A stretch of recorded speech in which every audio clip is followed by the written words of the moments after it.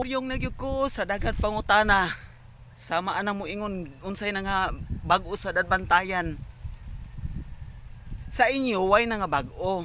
Kay taga diri man mo. Sige mamugkakita og unsay mga development sa Bantayan. Ang atong mga kababayan nga tuwa sa lain lugar, sama anang nangaminyo og foreigner. Sama na. Wa man na sila pirmi diri, wa gud sila kakita. Ako givesa na ako sa akong pagkabata ang mga nangabag-o diri sa Bantayan, dili na ang sa kakaron. Sa unang panahon, ang naang mga tindahan, Lungna, Skylark. Oh, no. Oh, naa nang Lungna. Then Nora's Mini Mart ug katong Rosets, Jam, maupan na sa una ang mga tindahan. Pero karon grabe na kadaghanan ay Jollibee, Watson, Friends, 7-Eleven, ug unsa pa ninyong mga kita diha. Then anatay mga pizza, ug unsa pa nay mga kuan diha, mga pabugnaw sa atong mga kalawasan ug kita mainitan.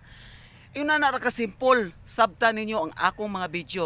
Ako guys, wa ko pagamit og mga politician kung dili nagvideo ra ko. Kini ang ako dili ni pamulitika, kung dili pamugas ni. As a content creator, ako guna palamian ang ako diyang caption para madani ang mutan-aw sa akong mga video.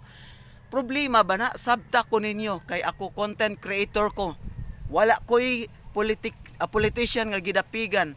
Hopefully nga makasabot mo sa akong mga video ug unsa na diha. Pasalamat na lang gay mo kay ang akong content is about sa atong lungsod sa Bantayan. Mauna, hopefully nga inyo sad unta ma-appreciate og unsay akong gibuhat. Kay ako wa ko nagpagamit og politician. Maura na ang akong concern nga nganong inyo sige pangutana unsay nga bag-o.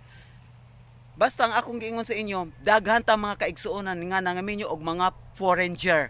Oh, nakasabot na mo sa akong kuan side.